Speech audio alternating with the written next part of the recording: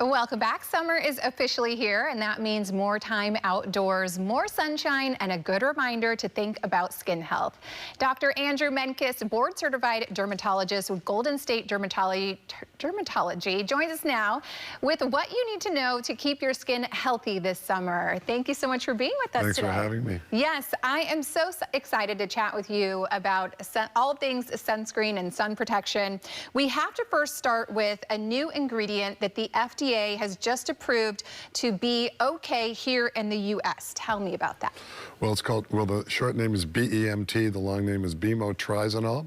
It's been around in Europe for 25 years and finally approved in the last week or two here in the United States.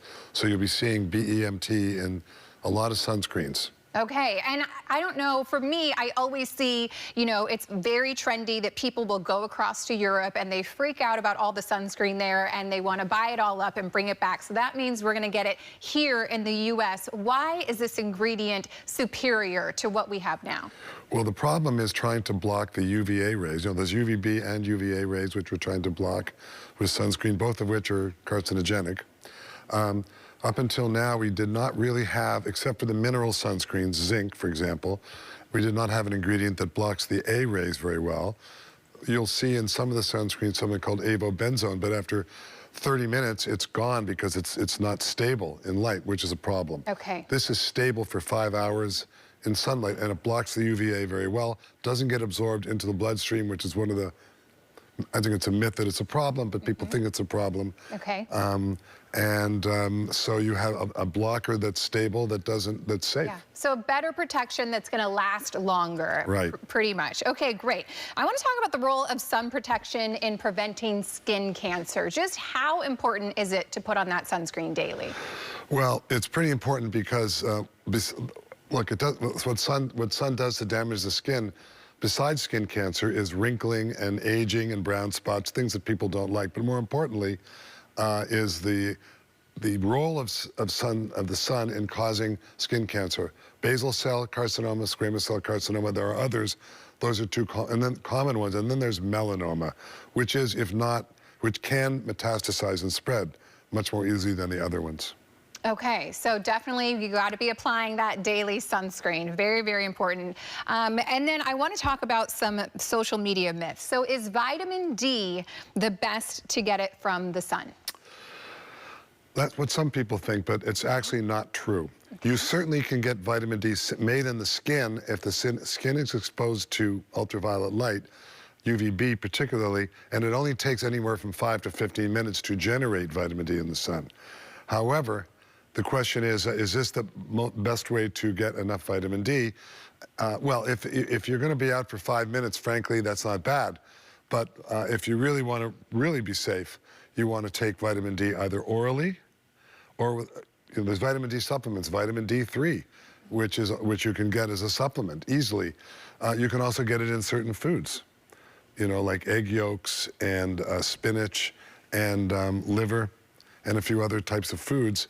You know, vitamin D in milk, added to milk. Yes. So there's a lot of ways to get vitamin D other than the sun. The myth is that the best way is from the sun. Okay. It's all the same vitamin D. It's all the same. How much time in the sun is okay? Well, that depends on who you ask. I think there's no real good answer because it depends how light your skin is. The dark-skinned people, we call them type 4, African Americans, some Asians, Indians, etc., can certainly stay in the sun for an hour or two without a problem. The blonde, blue-eyed, easily sunburned people can stay out for 20 minutes. Beyond that, it's probably, without protection, right, probably too long. Okay, got it. So it's going to vary a little bit. The number one thing is you're going to want to make sure that you have that sunscreen on. In your practice, you know, who is the patient that you are seeing the most? Which patient am I seeing the most? Well, I would say skin cancer, because there's so much of it, particularly in a sunny clime like ours. Especially, I'm in the South Bay where it's sunny a lot.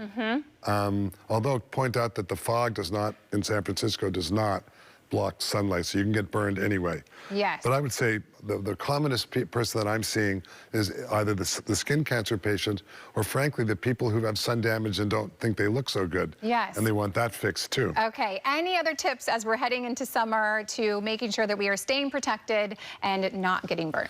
So the question is how long before you reapply the sunscreen? For example, if you're swimming or running and sweating in the sun, or you're just walking your dog and you're not sweating and so forth.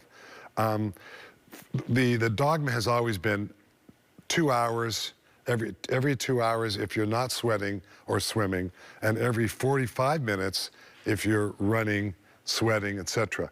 Of course, people don't do that. Right. Let's face it, they don't. If maybe on the beach, some of them do. Yeah, okay, so the #1 tip is just apply and keep reapplying. Theoretically, that's what you should do. All right, Dr. Menkes, thank you so much. This is so much fun. We appreciate it was fun. You. Appreciate it. Yes, if you want to learn more about Golden State Dermatology, head to goldenstatedermatology.com.